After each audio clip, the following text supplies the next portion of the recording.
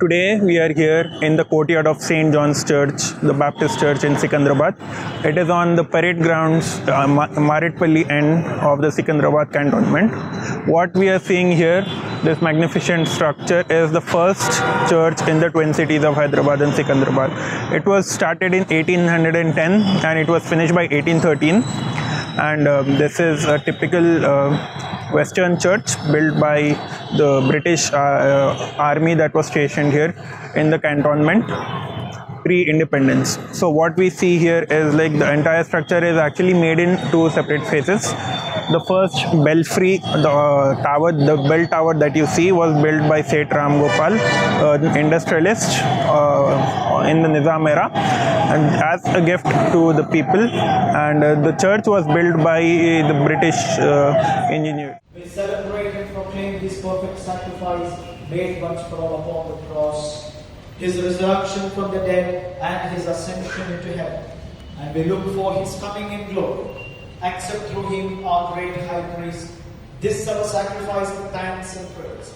And as we eat and drink these holy gifts in the presence of Your divine majesty, renew us by Your Spirit, inspire us with Your love, and unite us in the body of Your Son, Jesus Christ our Lord, within and in Him and through Him, by the power of the Holy Spirit, with all who stand before You in earth and heaven. We worship You, Father Almighty, in songs of everlasting praise.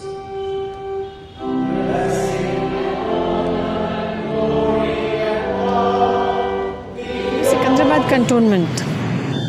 An agreement was made between the Nizam and the Madras government, because it was the Madras army that was stationed here. And because of this subsidiary alliance, the whole of Sikandrabad Cantonment was handed over into British administration. The colonial aspects and architecture of this region are very different from other parts of Hyderabad. We also have in this area very historic cemeteries, because in the burial, in the stones, in the wonderful architecturally important tombstones, also we gather the history of this region. On one side of this road was the Parade Maidan, and on the opposite side was also European shops, Raja Deen Dayal's residence, and then further beyond was General Bazaar, which was responsible for providing goods to the cantonment. The open spaces, the green trees, and the fact that the Indian Army and the Indian Air Force still occupies this space built for a military reason is also very important. It gives them protection, it gives them shelter, and in doing so it is giving us also open spaces and shelter for the rest of the citizens, because the Sikandrabad of 2020 is certainly not the Sikandrabad of the 1800s. Several lakes, several open spaces have been reduced in the civilian administered areas, but the cantonment today managed by the defense forces still retains that ancient heritage and wonderful space. It gives me immense joy to serve in this historic church, Church of St. John the Baptist, belonging to CSI Medak Diocese. This is a very old and historic church established in the year 1813. So over the past 2 centuries, the church has been serving people and communities around. Initially, it was catering to the spiritual needs of the British Army, but subsequently the Indians, the natives, started worshipping and receiving the blessings of God. And we always feel the presence of God in this church. Perhaps the architecture adds to the beauty and also gives us the feeling of having the presence of God in our midst. We have the congregation from Hyderabad, from Telangana, and also from various other states. And therefore, it is truly ecumenical in nature. Though people belong to one church, the Church of South India. But since people are from different places, they bring in their local cultures and their traditions. This is Joshua Virender, one of the organists of St. John's Baptist Church. I'm here serving the church as an organist for the past 11 years. This is one of the ancient heritage organ.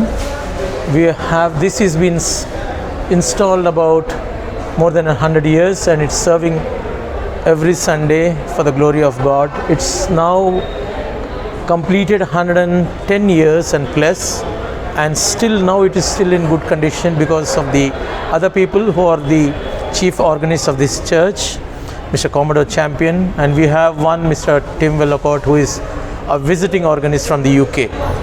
So the upkeep is being done. The church supports the organ upkeep financially to maintain this, and this is one of the pipe organs working in India, and in Telangana, Hyderabad, this is the only pipe organ working. There are many organs which are now silent for decades. We have one in St. George's, one in St. All Saints Church, one in Holy Trinity Church, Chilmalgiri. There are a couple of organs which are very silent now, and we have one in the Method Cathedral which needs a lot of expertise to be done. And because this is a British organs and we fall short of the workshops and spares, it's very difficult to have it been working. So Mr. Commodore Champion is our tutor, and Mr. Tim Vellacott is our mentor. He comes all the way from England to help us to repair, to upkeep, to tune and bring the spares. So these are all the parts which have been already gone. You can see only one is this is the original one, and this is all we've been replaced. So this is the pedal organ, this is the great organ. So this we call as the great. You come here, we have the swell organ. So the swell is this. These two are the pedals. We have the pedals. That is a specialty of a pipe organ. So we have to play with the pedals, looking to the music. So only people who can be trained and can work and practice a lot can handle this. This needs a lot to work. Understand these, how does it work? And we are fortunate to have Mr. Commodore Champion, who is an expert in upkeeping. He has done a lot of pipe organ work.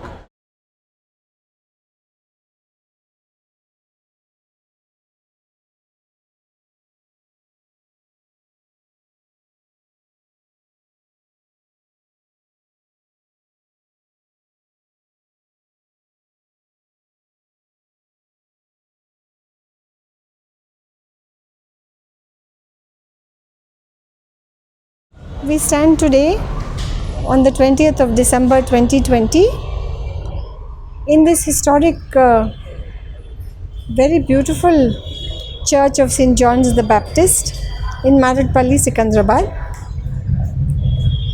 It has many tablets like this one, brass, marble and other such.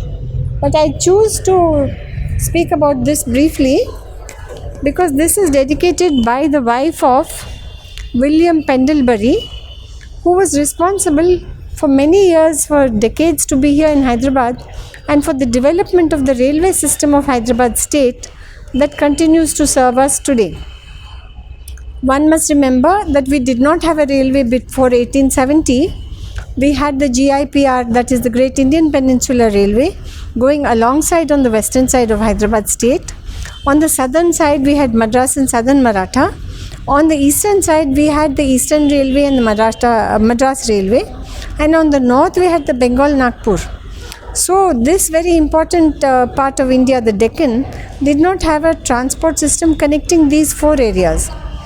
The suggestion was by the British, but the concept was quickly understood by Salarjung I, who was Prime Minister at that time, and he proposed to Mehboob Ali Khan Nizam VI that it would be a very good idea for us to have this railway network within the system. So Pendlebury was a very important part of this development. Here you see it says NGSR, that is the Nizam Guaranteed State Railway. which ran initially from Wadi to Sikandrabad and then continued to Vijayawada. Subsequently, we also had connection from Guntakal coming to Sikandrabad, and then the very important Godavari Valley Light Railway, which ran from Kachiguda station, built in 1916, up to Manmad and then to Bombay, to give an opportunity of export and import into Hyderabad state. In that region in northwestern Telangana today, in Hyderabad state, we exported ginning, cotton oil and various products of that area and imported into Hyderabad state through the same route. So today we are looking at only one of these tablets that is here today, commemorating William Pendlebury by his wife.